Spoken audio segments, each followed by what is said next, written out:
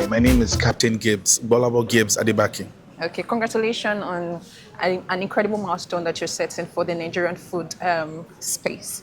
Now, for a setting like this, how does the small scale businesses, the side road food vendors, how do they benefit from this summit, and how does it help them to compete with the larger scale food businesses? That's an amazing question, and I think that I'll say it officially on this platform, that this summit is actually for the small scale businesses.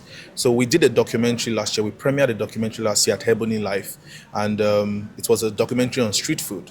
And for us, that was very important because we're doing a series of documentaries, but we wanted to start from street food because every country, every nation, every space, if you want to go into any country and know what their food is like, you start from the streets because that's where the authentic flavors are. So for every street food vendor in Nigeria, every small scale business owners in Nigeria, this summit is actually for you, right? We want everyone to come into the space and start having conversation.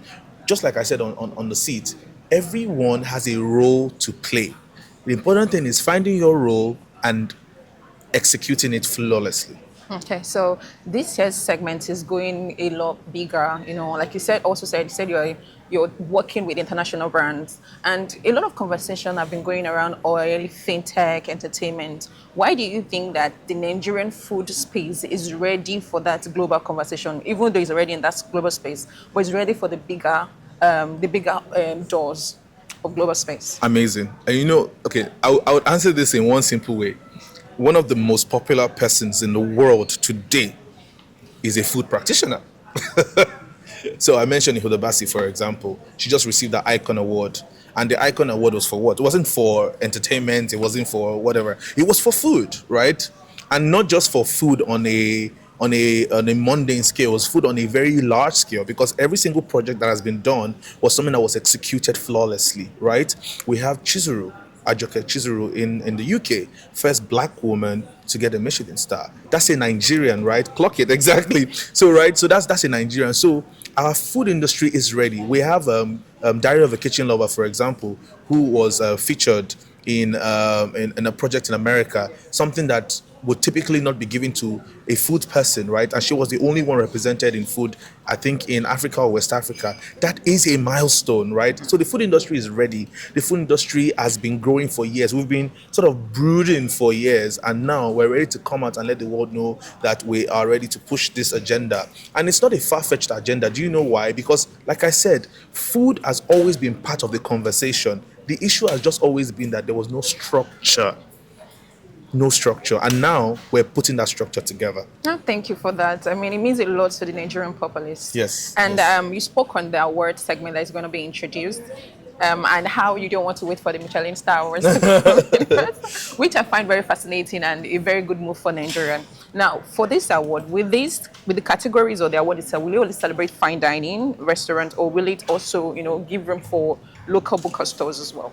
So thank you for mentioning that. So the awards like I said, everything that we do. Sorry. So everything that we do is celebrating the value chain, right? So if we're doing an award, for example, we're highlighting several parts of the value chain. So on the awards, we have outstanding farmer, we have outstanding food processor, we have outstanding baker. Then for the restaurant sides of things, we have outstanding restaurant serving global cuisine. We have outstanding restaurants serving Nigerian cuisine. We have street food. We have caterers. So we're celebrating the value chain. And it's also an opportunity for us to educate the space on what the value chain has to offer. Okay. Thank you so much. Have an amazing one, sir. Hello, my name is Jumai Abalaka. I'm with PricePally.com, an e-commerce platform. Okay, that is very good. So you're in e-commerce, and this is food.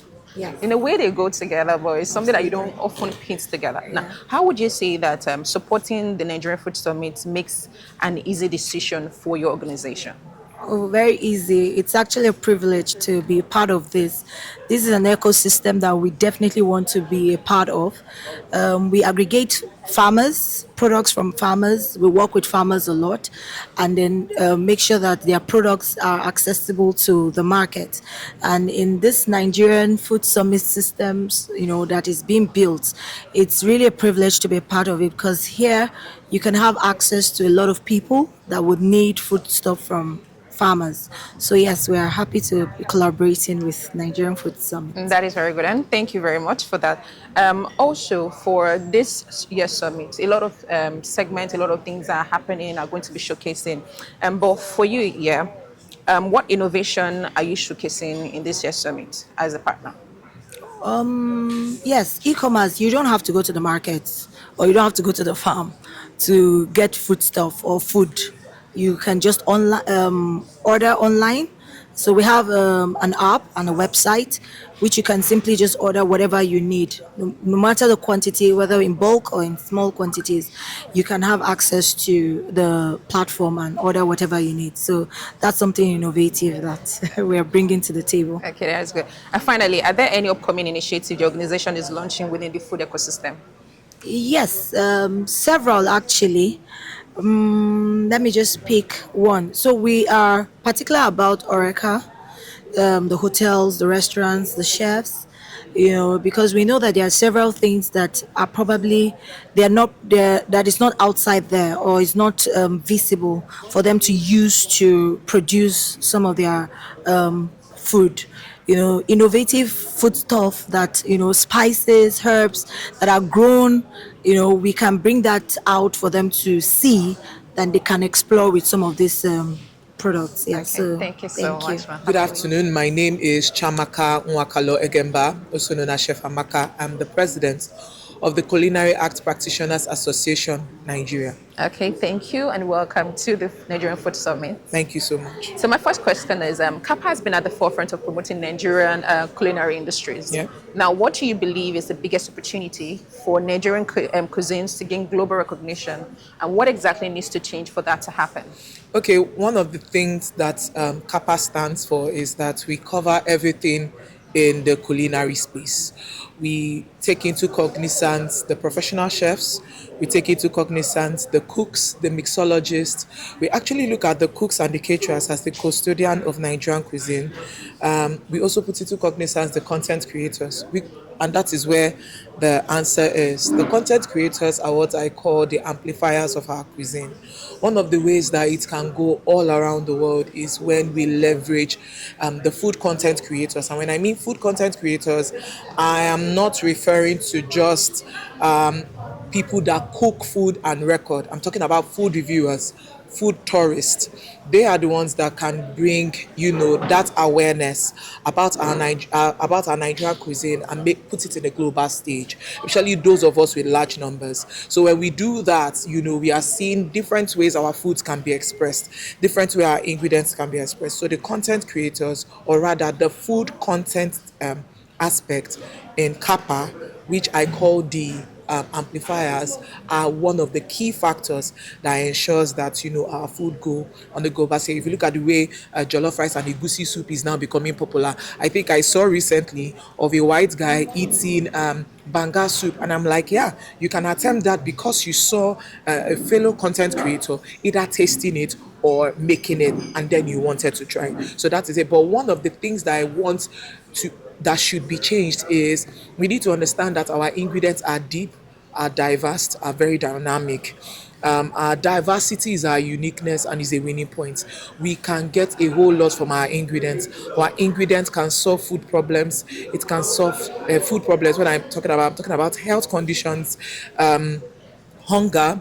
It can also create a form of sustainability and also make room, to create job opportunities. So if we can look beyond what our forefathers have created and understand that there is so much more than what our ingredients can give, I think that is one obstacle I believe can be challenged, because when we make simple recipes, they'll be like, oh, you are spoiling the way our forefathers did it, without knowing that the same brain they had we even have much more, especially with the fact that we are vast with science and education and all sorts. Yeah.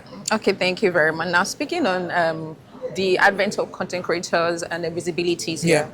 Now, many talented chefs and restaurant owners struggle with visibility despite doing exceptional work. Now, how can Kappa help bridge the gap between talent, recognition, and commercial success? Okay, one of the things that Kappa have started doing at the moment is to first of all create webinars. We actually have a system.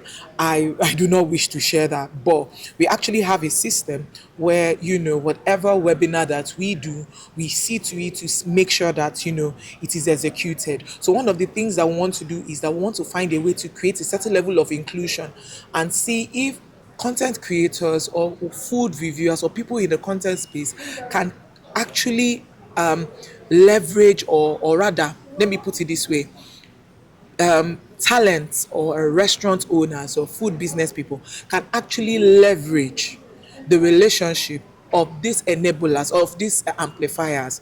That way we are achieving two things. We are not just creating success for them, but we are also showcasing what our ingredients can do. So it's a double-edged sword. So one of the things we want to do is to make sure that we let them know that, we have content creators as part of Kappa, and most of them are not chefs. And we also have people that have gone to culinary school but are not practicing, they are into food photography. So we are actually opening the door to let them know that, whether you are reviewing food, you are doing food history, you are doing you are archiving or whatever, you are part of Kappa because you are going to help every food business owner promote their food. For example, my business, I started doing personalized meals with Nigerian ingredients because I know that our foods have different problems that I can solve. Meaning that if you want egusi in 4 different ways, you can have it. Now imagine that, we have people like that coming over to my food house and then showing the beauty of the fact that ordinary egusi soup, or let me leave egusi soup, let me say bitter leaf soup. Ordinary bitter leaf soup can be made oilless and can help someone that have minimal oil, and can help someone that have cholesterol, or someone that have diabetes and can still have it, or someone that is hypertensive and can still have it, or someone that even wants to eat it the way your forefathers made it and can still have it, and show the way it can be made. That is what we are talking about. So that is what we are going to do. We are opening our arms wide for food reviewers, food tourists and everything, and they are currently registering, and if you're one of them, please feel free to register. Thank you very Thank much. you so much. Thank you, man. Hi, my name is Arigo Idris. I'm Special Governor of Tourism, Arts and Culture. Okay, good afternoon, sir. Good afternoon. Thank you for having me. Thank you for gracing us. So, for this program here, we all know that food is often described as a gateway to culture. And how does the government plan to leverage events like the Nigerian Food Summit to position Nigerian cuisine as a major drive for tourism? Well, you can see, which is one of the more reasons why we're here, and I'm not just here as the Special Advisor on Tourism, Arts and Culture alone. I also have my colleague, the Honorable Commissioner for Agric, which she's also here. It just shows that any serious government will understand that we need participations like this, contributions like this, to continue to intensify conversations around this. Food is a major part of our culture. It's not just one of it. It's the major. It defines us. It tells the kind of person the kind of person that we are. In Lagos, for example, a population of about 22 million. It's not a joke. It means that it's about our way of life. It's about the way people perceive us. Our culture and all that. So, like I said, any serious mindful governments will continue to identify initiatives like this and see how we continue to give support and make sure that we intensify conversations and participation around initiatives like this. We believe in Cook Lagos, in people eating Lagos, and we know that once you come around and people come into Lagos, and at the end of the day, they live without tasting Lagos. Do you understand? And I believe that initiatives like this will continue to further that participation. People can also be able not just come to Lagos, but they can also taste and feel the real Lagos that they want. Thank you very much, sir. Have a good one.